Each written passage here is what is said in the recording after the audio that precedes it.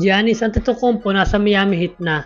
Ngayong araw nga ay nangyari na ang matagal nang gustong mangyari ng superstar ng Bucks na si Giannis Antetokounmpo at nilabas nga ang report ni Shams Charania ang pagkakalipat ni Giannis papuntang Miami Heat.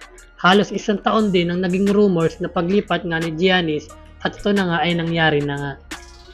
Kasama sa nasabing trade si Bobby Portis Jr. at ito naman ang naging kapalit ni Giannis, si Tyler Herro at marami pang iba.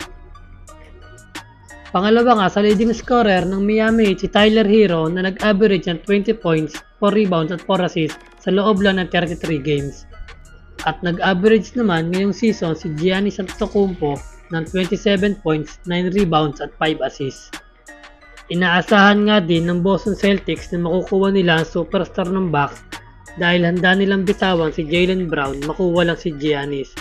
Inoffer nga ng Boston Celtics ang isa sa superstar ng team na si Jaylen Brown kasama ang 2 round picks, ngunit tinanggan nga lang ito ng Bucks.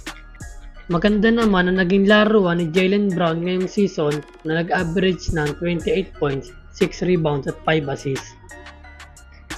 At nung mga nakaraang season, lalo na nung na-injured ang isa sa superstar ng Celtics na si Jason Tatum, si Brown ang isa sa bumuhat para sa Boston, ngunit handa ngang bitawan ng Boston Celtics si Brown, makuha lang si Giannis.